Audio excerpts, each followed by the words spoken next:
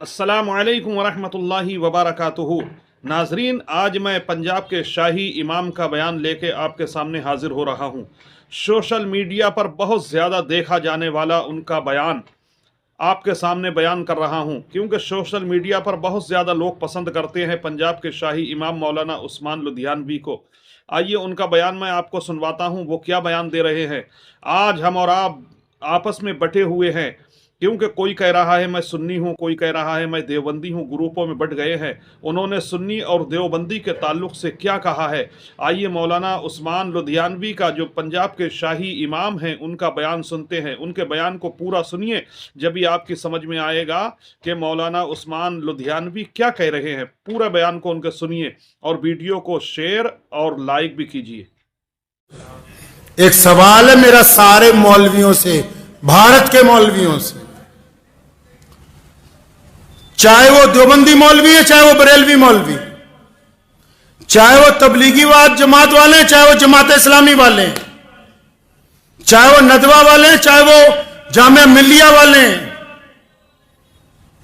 जितने बड़े बड़े दानिश्वर मुसलमान बने फिरते हैं, इन सब से सवाल है कि ये जो अब आम शादियां मुसलमानों की होती हैं, जिनमें तुम डीजे लगा के ढोल बजा के और वहां रक्सो सुरूर की महफिलें मुनाकिद की जाती हैं, और आप जैसे बड़े मुसलमानों के चौधरी जिन लोगों ने वक्त भी लगाया, जो अपने आप को ख्वाजा अजमेरी के सज्जादा नशीन भी कहते हैं, जो अपने आप को अहले सुन्नत वल जमात के जानशीन कहते हैं, जो अपने आप को उलमा देवबंद के वारिस कहते हैं, अक्सर देखने को मिलता है कि जितनी गैर शरई शादियां ये अपनी दाढ़ियां लेके वहां सोफों पर बैठ के आराम से मुर्गा बिरयानी खाते हैं। क्या तुम्हारी गैरत तुम्हें एक दफा नहीं झंझोड़ती कि रसूलुल्लाह के हुक्मों की कुली खिलाफ वर्जी हो रही? क्या तुम्हारे दिल में जरा बराबर भी शर्म,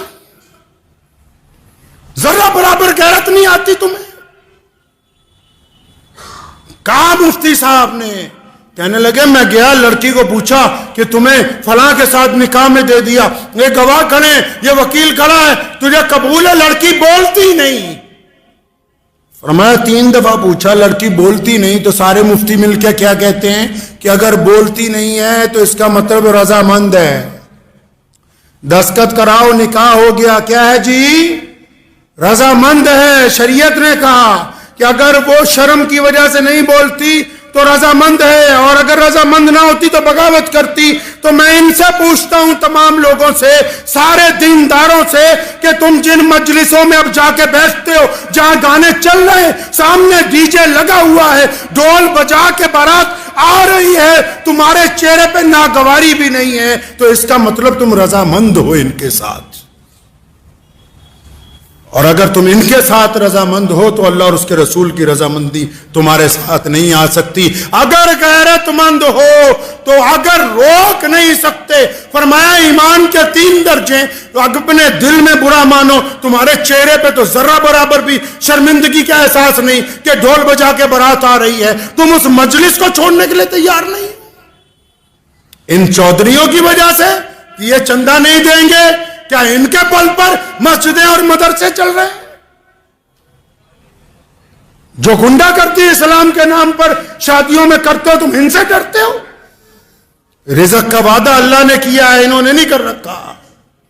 3 दर्जे ईमान के। फरमाया अगर कोई चीज बुरी लगे तो दिल में बुरा मानो, अगर ताकत है तो जुबान से कहो, अगर हाथ से रोक सकते हो तो वो अव्वल तरीन दर्जा है। तो ये जितने आप, मैं ये जो बात आज मेंबर पे बैठ के कह रहा हूं, रोजाना पूरे मुल्क में शादियां हो रही, और जितने सरमायादारों की शादियां जाके देख लो, ये जितने कठ मुल्ला हैं, ये उनके निकाह भी पढ़ा रहे, उनकी बिरयानियां भी खा रहे, उनके कोरमे भी खा रहे।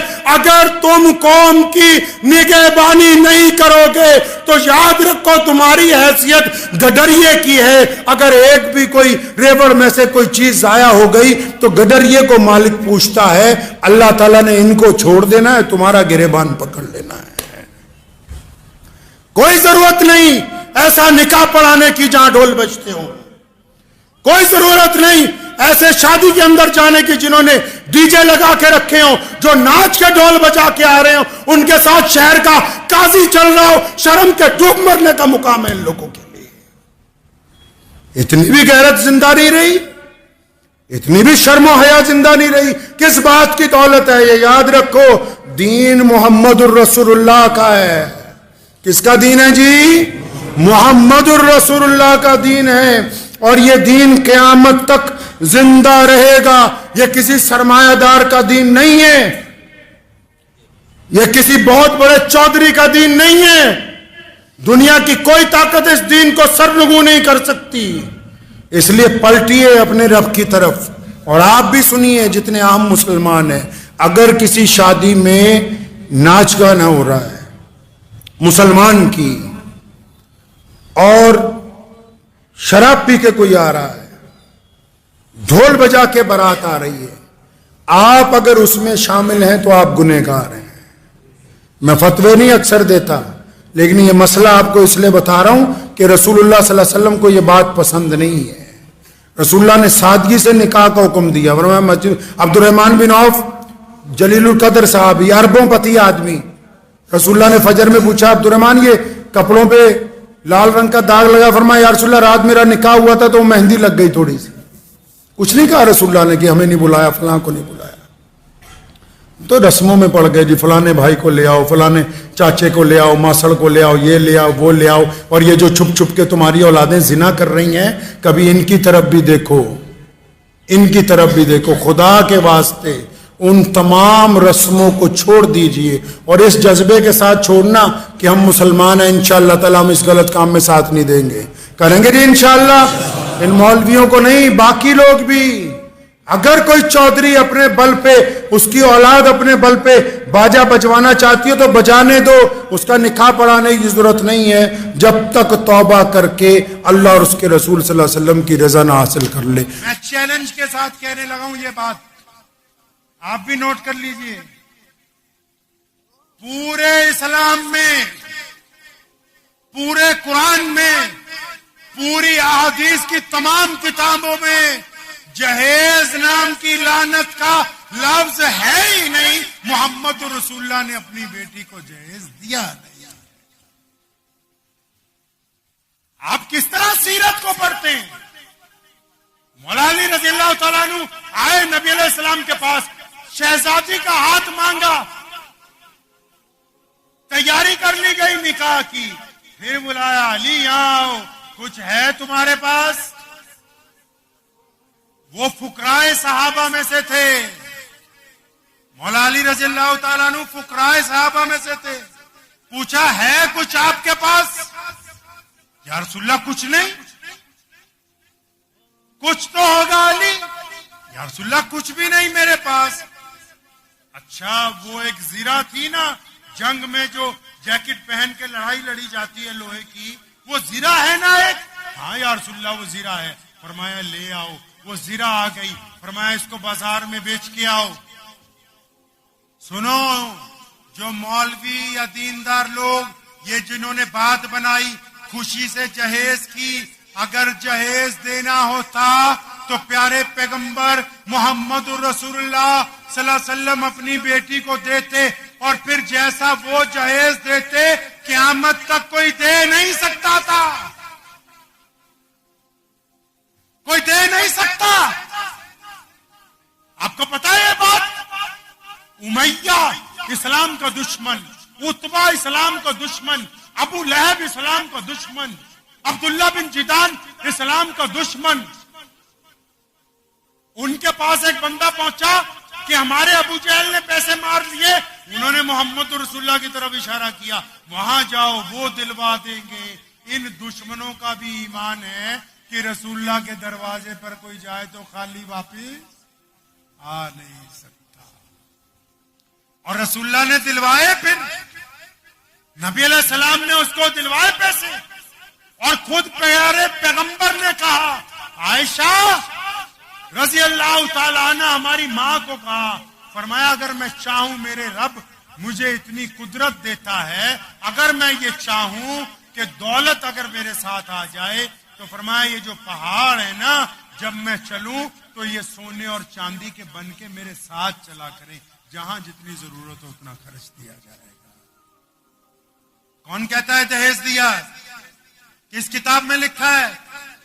एक पैसा मोहम्मद रसूलुल्लाह ने नहीं लगाया। हजरत मौला अली करमुल्लाह वजू की जीरा, वो बाजार में गए जीरा बेचने के लिए, सैयदना उस्मान ने देख लिया, फरमाया अली क्या करते हो? जीरा बेच रहे हैं। फरमाया मैं खरीदता हूं। सैयदना उस्मान ने खरीदी, दिनार लेके आए, कुछ दिनार घर भेजे, फातिमा का जोड़ा तैयार करो, कुछ दिनार मौला अली को वापस दिए। क्या करना है, क्या करना है? फरमाया एक गद्दा खरीद लो। गद्दा भी कौन सा? जिसमें खजूर के पत्ते भरे हुए होते हैं। 2 तकिए खरीद लो। तकिए भी कौन से? जिनमें फूस भरा हुआ होता है। एक मशकीजा खरीद लो। मशकीजा किस लिए? ताकि पानी रख ले घर में। और एक आटा पीसने के लिए चक्की खरीद लो। ये 4 चीजें हैं जिसको आजकल के डुप्लीकेट लोग दहेज फातिमा का नाम देते हैं। रसूलुल्लाह ने इन 4 चीजों पे अपने पैसे खर्च नहीं किए, मौला अली ने अपने मेहर में से ये चीजें खरीदी। खुशी का दहेज। एक बात बताइए, आप लोग शायद कुछ लोग जानवर पालते हो, बकरा ईद के लिए कुछ लोग घरों में जानवर पाल लेते हैं। ईमानदारी से दिल पे हाथ रख के बताओ, जो अपने घर का पला हुआ जानवर है, जब उसकी कुर्बानी का वक्त आता है, दिल पे क्या गुजरती? बताओ तो सही। क्या बच्चों पे नहीं गुजरती? आप पे नहीं गुजरती? क्या आप खुद वो गोश्त खा लेते? ज्यादातर लोग उसे तकसीम कर देते हैं, जो अपने हाथ से पाला हुआ हो। एक बात तो बताओ अक्लमंद लोगों, ये जो शादी होने के लिए जा रही है, ये जो बेटी जिसको हमने अपने जिगर से लगा के बचपन में पाला, जिसको 20 साल, 22 साल, 25 साल एक बाप ने अपनी शहजादी बना के रखा, जिस दिन उसकी रुखसती का दिन होता है, वो उस बाप के दिल में शादिमाने बजने का दिन है, या उसका बाप का दिल अंदर से रो रहा होता है कि मैंने अपना जिगर का टुकड़ा आज देना? बताओ तो सही, वो दिन कौन सा होता है? मान लिया अफसोस का दिन नहीं है, बाप को खुशी है, लेकिन खदशा भी है कि जाके बसेगी तो बसेगी कैसे? वो खुशी का दिन नहीं होता। जो बेगैरत लोग जाते, पूरे कुरान में, पूरी हदीस में बारात का लफ्ज नहीं है। ये जो दहेज की बात चली, ये भी मैं आपको बता दूं, ये जो इस मुल्क में हमारी हमसाया कौमें जितने भी मजहब हैं, उनके बड़े बुजुर्गों ने शुरू किया था दान दहेज। मतलब जब बेटी घर से जाने लगी है, इसको कुछ दो। क्यों? क्योंकि उस वक्त कानून नहीं था कि बेटी को जायदाद में हिस्सा देना है। और मुसलमानों, तुम्हारे नबी ने तो पहले दिन कहा कि बेटी जायदाद में बाप की विरासत की हकदार है। जो जायदाद में हकदार है, उसको दहेज किस तरह दिया जा सकता है? हमारी हुकूमत ने अब 2006 में या 7 में, मुझे याद है, हमारे भारत सरकार ने कानून बनाया कि बेटी भी जायदाद के अंदर हिस्सेदार होगी। लेकिन पहले दहेज इसलिए बनाया था कि बेटी जा रही है, माँ बाप चाहते थे अपनी जिंदगी में तो कुछ दे दें, लेकिन आपके नबी ने तो आपको पहले ही बता दिया था कि ये जो तुम्हारी बेटी है, ये जो तुम्हारी शहजादी है, तुम करोड़पति भी बन जाओ, अरबपति भी बन जाओ, जब तुम्हारी वसीयत तकसीम होगी, जब तुम्हारी जायदाद तकसीम होगी, तुम्हारे बेटों के साथ साथ तुम्हारी शहजादियों को हिस्सा देंगे।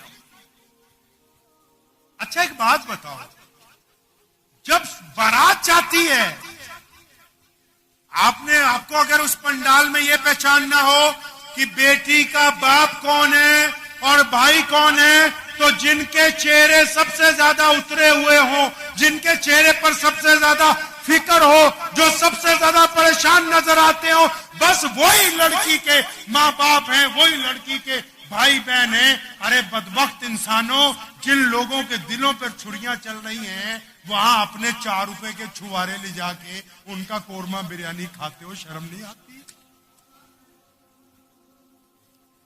दस्तूर तो देखिए क्या बनाया, छुआरे हमारे। दस्तूर देखिए क्या बनाया इन्होंने, 50 लाख की शादी और छुआरे गुलामियां। कितने के छुआरे ले आए भाई? 2000 के, 2500 के, 3000 के नहीं पाई छुआरे हम। एक बाप आपको अपनी इज्जत दे रहा है, बाप आपको अपनी इज्जत कि जिसकी बेटी की तरफ अगर कोई 2 मिनट देख ले वो गवारा ना करे और उससे लड़ने के लिए पहुंच जाए, उस नाजो नाज में पली हुई उस बेटी को आपके हवाले कर रहा है और आप उस इज्जत का ये फायदा उठा रहे हैं कि उसी बाप के सामने जब उसका दिल जख्मी है कि मैंने अपने जिगर के टुकड़े को अजनबी लोगों में भेजना है, वहां जाके कैसा वतीरा होगा, इसका गुजर कैसे होगा, इसका मामला अच्छा होगा कि नहीं होगा, औलाद इसको मिलेगी या नहीं मिलेगी, उसको 200 फिक्रे लायक हैं। आपके नखरे नहीं आते कि बिरयानी अच्छी नहीं थी, कोरमा अच्छा नहीं था, कॉफी ठंडी हो गई थी, बिस्तर बढ़िया नहीं बनाए। अरे बदबख्तो, किसी के बाप की आरजुओं के खून को अगर चूसना ही है तो फिर तो वैसे ही किसी के यहाँ डाका मार के भी चूस सकते हो। ये कोई बेहतरीन तरीका नहीं बनाया आप।